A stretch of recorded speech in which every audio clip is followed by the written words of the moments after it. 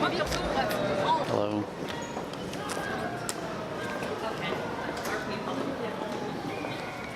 To, you know, follow the characters and everything. We really spent a lot of time developing a look of the film that was...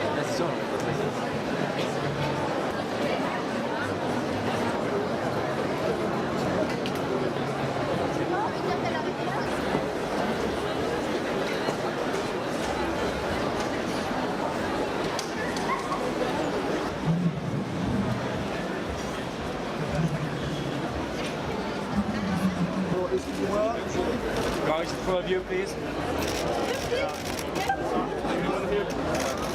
Good day, please. In front. I know, where are we going? Ready? Left. We're going to go from left to right? Yeah. Okay. Ready? Just me and Bob. Oh, my God. Oh, my God. That's so bad.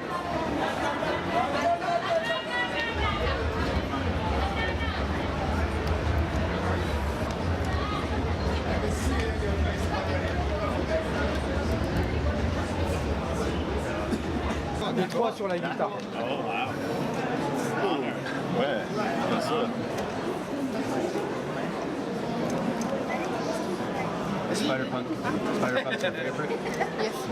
Yeah, that's my favorite.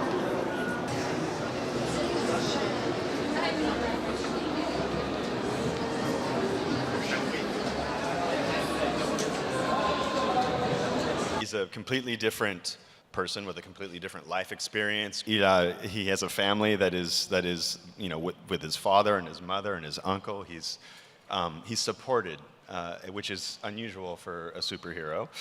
But for Spider-Man. Especially for Spider-Man. And in the end, he's going through the same experience Peter Parker went through 50 years ago or 10 years ago, depending on what universe you're in.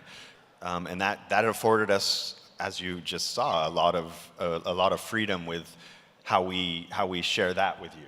It is the story of a young person who feels they're different, feels they're alone, is having challenges, and something happens to them that awakens them to having to discover who they actually are. And in doing that, he enters a wider world and sees that there are many other people who have something very much in common with him. So he finds a sort of brotherhood.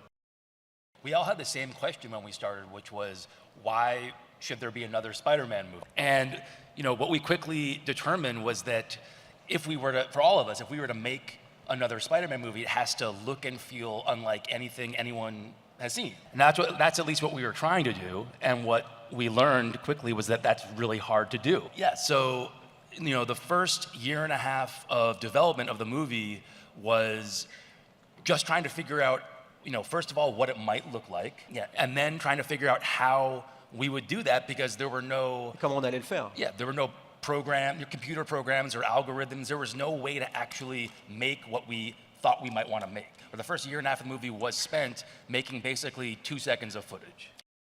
The Spider-Verse, as most of you probably know, refers to the idea that there are multiple parallel universes where things are slightly different in each universe, and obviously in each one of these universes there is a slightly different version of Spider-Man. We ended up narratively using the multiverse, the Spider-Verse, as a way to bring other characters into Miles' world, as you just saw, and really help him with his origin story, with overcoming sort of the fear and the anxieties of trying to pick up where Peter Parker left off.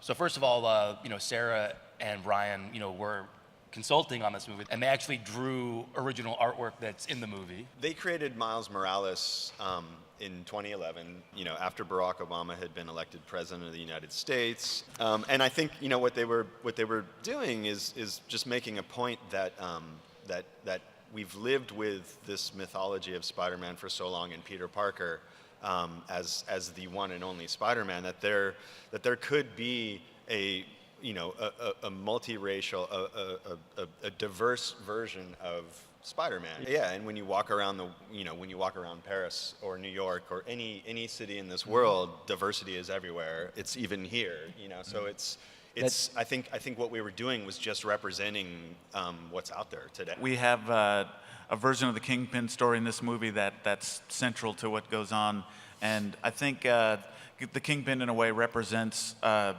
almost the opposite of what a character like Miles or Peter represents. Because he doesn't have a family.